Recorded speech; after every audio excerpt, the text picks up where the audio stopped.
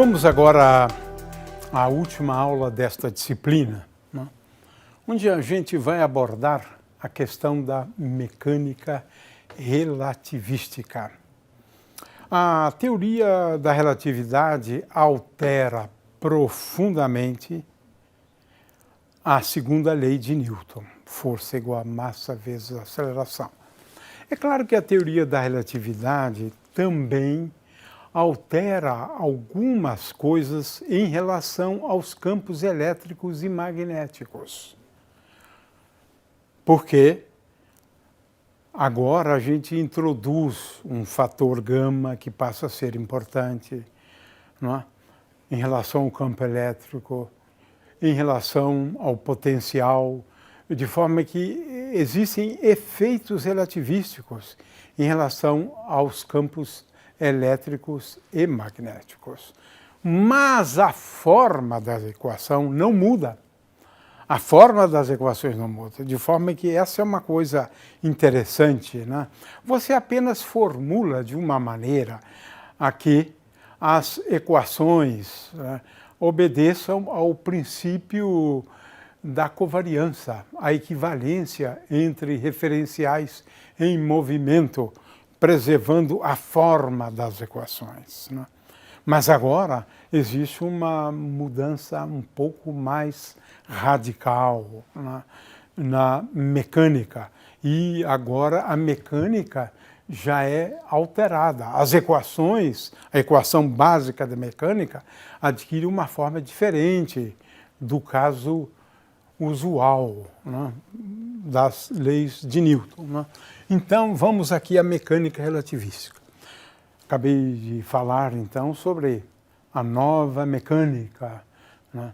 As equações são bastante diferentes, exibindo soluções que, mesmo no caso de uma força constante, essas soluções são complicadas, né? A gente vai passar rapidamente e mostrar, né, as soluções, mas agora nada é muito simples mais. E olha que a gente só fala de forças constantes, né? Porque se a força variar de ponto a ponto, fica praticamente impossível resolver as equações, né? E precisamos identificar a quadriforça. Esse foi um primeiro problema que Einstein enfrentou, né? E como é que nessa nova mecânica a gente trata forças, de uma maneira geral, e em particular forças eletromagnéticas, né? Finalmente, vou apresentar só a solução e comentar sobre o paradoxo dos gêmeos, né? Essa é a última parte da aula, né? Então, qual é a ideia, né? Como implementar o segundo postulado? Ou seja, o segundo postulado, ele exige a covariância. Então, eu preciso pensar numa quadriaceleração, claro, e numa quadriforça. E aí está o problema. Quer dizer, eu tenho que formular as leis de Newton à luz, né, de quadrivetores, ou fazendo uso de quadrivetores, né, de forma que eu tenho que fazer isso. Vamos agora introduzir, né, alguns conceitos.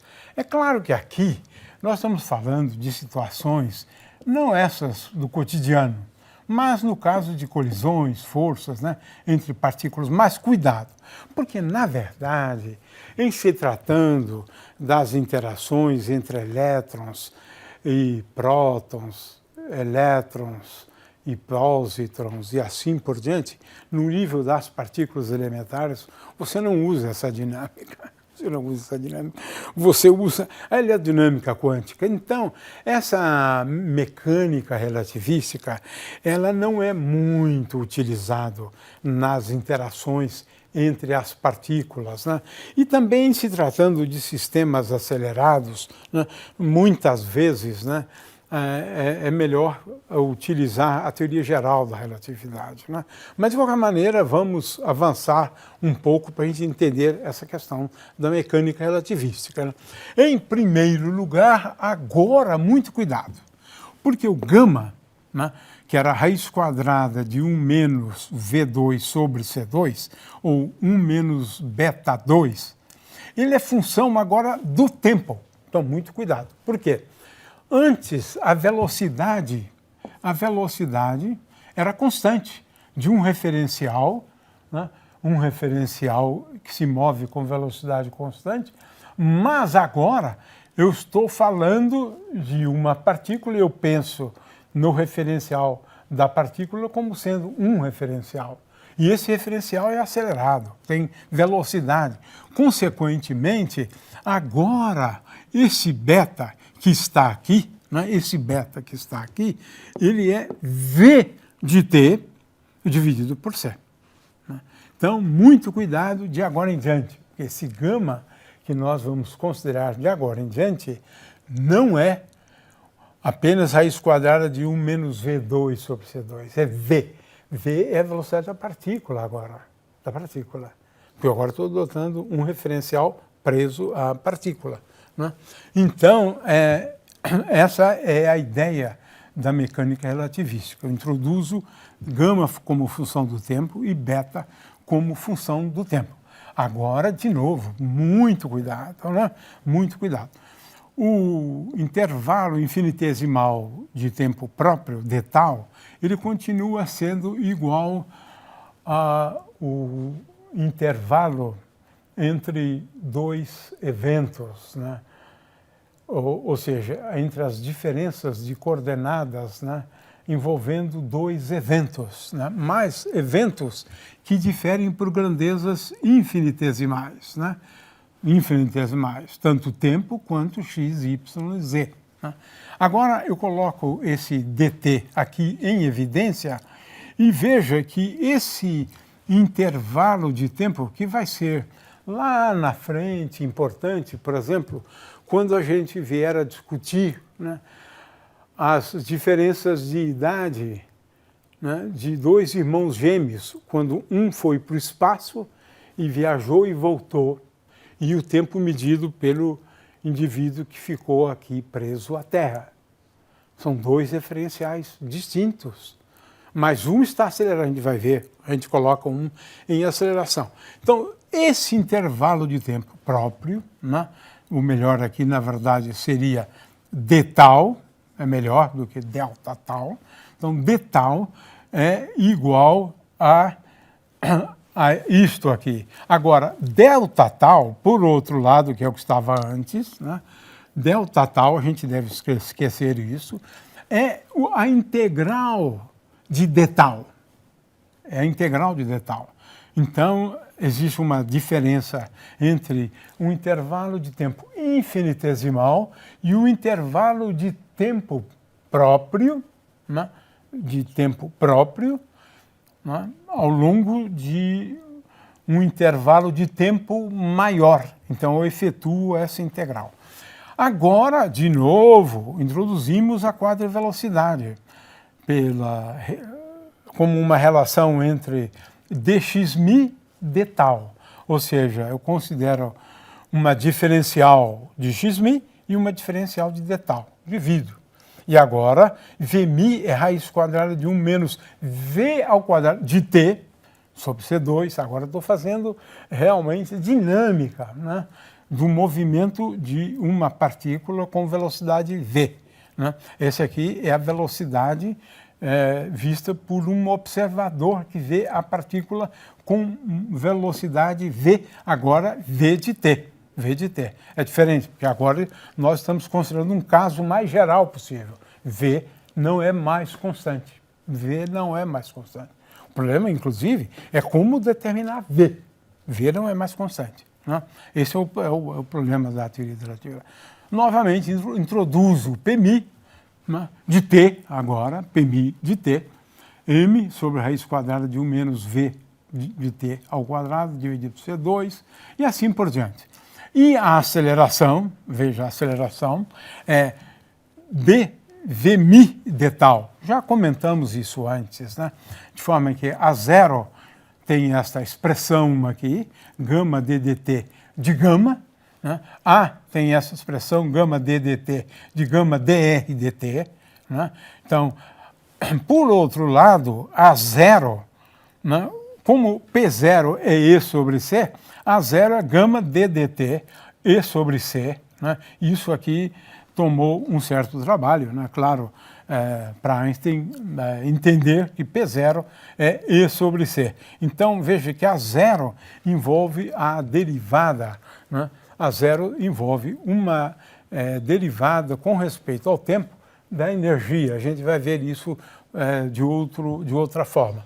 O fato é que nós estamos agora considerando a velocidade como função do tempo de um referencial. Claro que eu tenho um referencial que você poderia pensar em repouso e um outro que se movimenta, mas com velocidade. Agora, V de t, e V varia por conta de forças aplicadas, né, a esta partícula.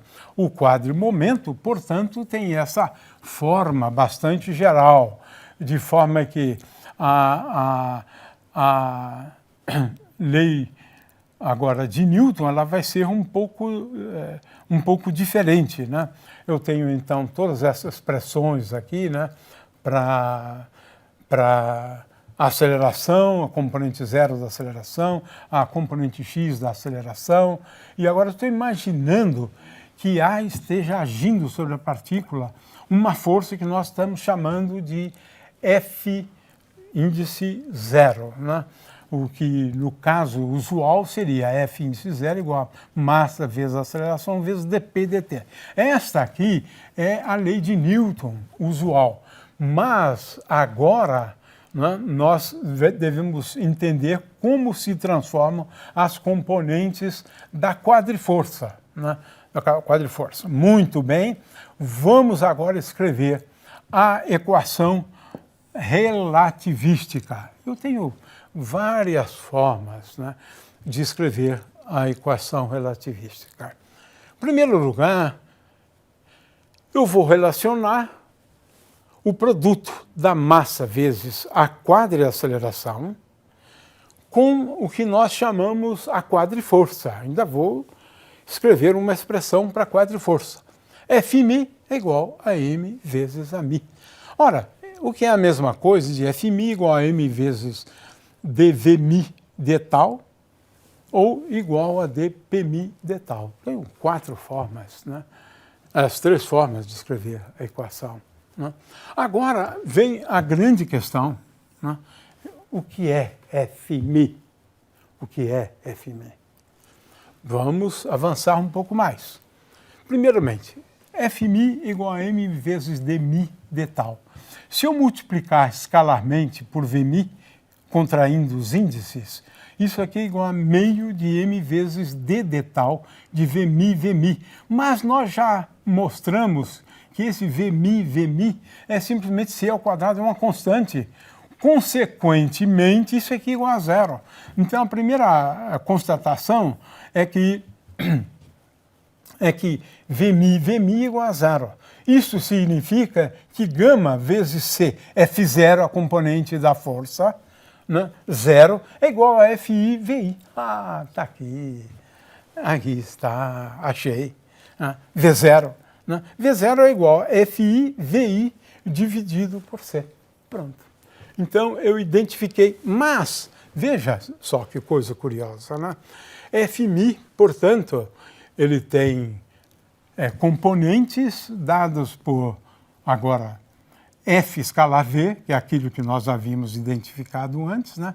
Gama vezes F, porque a componente F1 de Fmi é igual a gama vezes a componente F1 da força. A componente 2 é gama, a componente 2, né, da força é simplesmente gama vezes F2. Né? E assim por diante. De forma que F, por exemplo, é igual a menos gradiente da energia potencial. Por exemplo, F igual a m vezes g. Mas a componente 2 da quadriforça é gama vezes m vezes g. E F0 nós havíamos concluído isso antes, né? É igual a gama sobre C vezes F escalar V. Na expressão anterior, eu havia mostrado que era F escalar V, né, dividido por C. Mas essa é a expressão para F0. Resumindo, né, se eu tenho uma força F agindo sobre a partícula, a componente zero da força é igual a gama sobre 2 vezes F escalar V.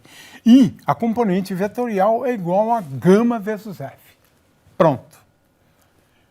Então, entendemos tudo sobre as componentes e agora precisamos escrever, né, as equações de movimento, né?